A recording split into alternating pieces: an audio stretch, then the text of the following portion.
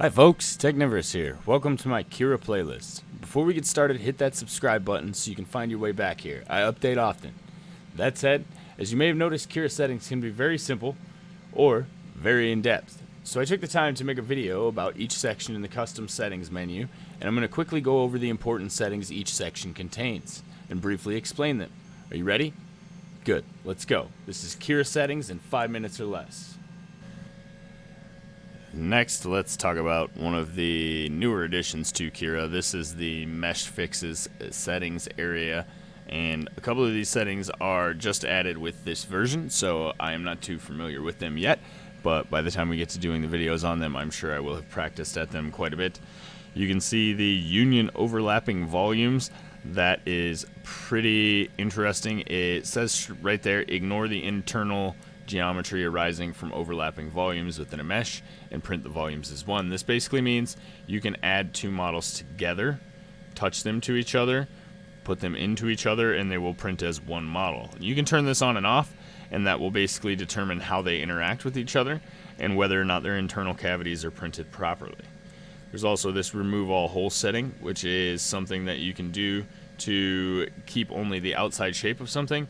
It says this ignores any invisible internal geometry, but it also ignores layer holes which can be viewed from above or below. So this must just be holes in sides of objects. We can take a look at that a little bit later. We'll be examining some of these quite closely because there are some really interesting things in here. Extensive stitching it tries to fix open holes in the mesh, and it does it. It can take a lot of time, it says, introducing a lot of processing time. So beware if you're going to be using extensive stitching to fix your model. Keep disconnected faces. Cura tries to stitch up small holes in the mesh and remove parts of a layer with big holes. Basically, it's saying if there are non-manifold edges and faces like that, it will try to fix them, but if you click this, you can print the geometry as is. Sometimes this can lead to some pretty weird geometry though, and you don't really want to do that. So when you merge two meshes, this is the overlap. Says it makes meshes which are touching each other overlap a bit. This makes them bond together better. This is something that is used in conjunction with the union overlapping volumes.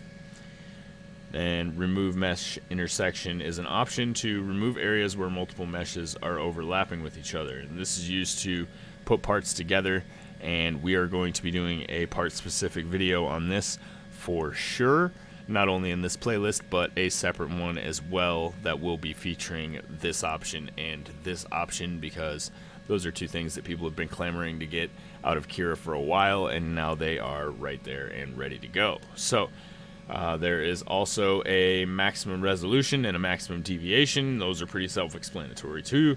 If you don't know what the maximum deviation is, it basically says this is the distance that's allowed for a difference when reducing the resolution to meet this setting right here. So basically what that's saying is this is how much it'll change the model in order to make the match a match with this resolution amount that you put in here. So the higher this amount, the more it'll change your model. 0.05 millimeters is not much of a change, but it can be a big change when you're talking about 0.05 millimeter resolution. So that's something to keep in mind as well.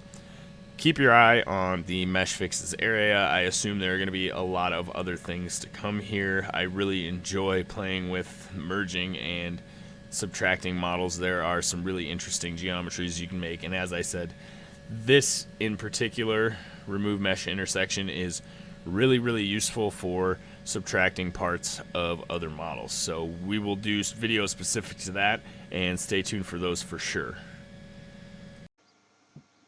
As always, this channel is brought to you by these fine Patreon supporters. If you'd like to support the channel on Patreon, head over to www.patreon.com/Technivorous. That's going to be it for this video. As always, I am Technivorous, and thanks for watching. Don't forget to check out our main channel page where we do a free giveaway for our subscribers every month. So far, we've given away things like a Capricorn PTFE tubing kit and spools of filament. So the giveaway videos are always pinned to our main channel page. So all you have to do is subscribe and leave a comment on the giveaway video for the current contest. Feel free to check out this video right here. YouTube picked it from my content just for you, and if you haven't already, you can hit the subscribe button right here. So what are you waiting for? Become a Technivore now. Thanks again. Technivorous out.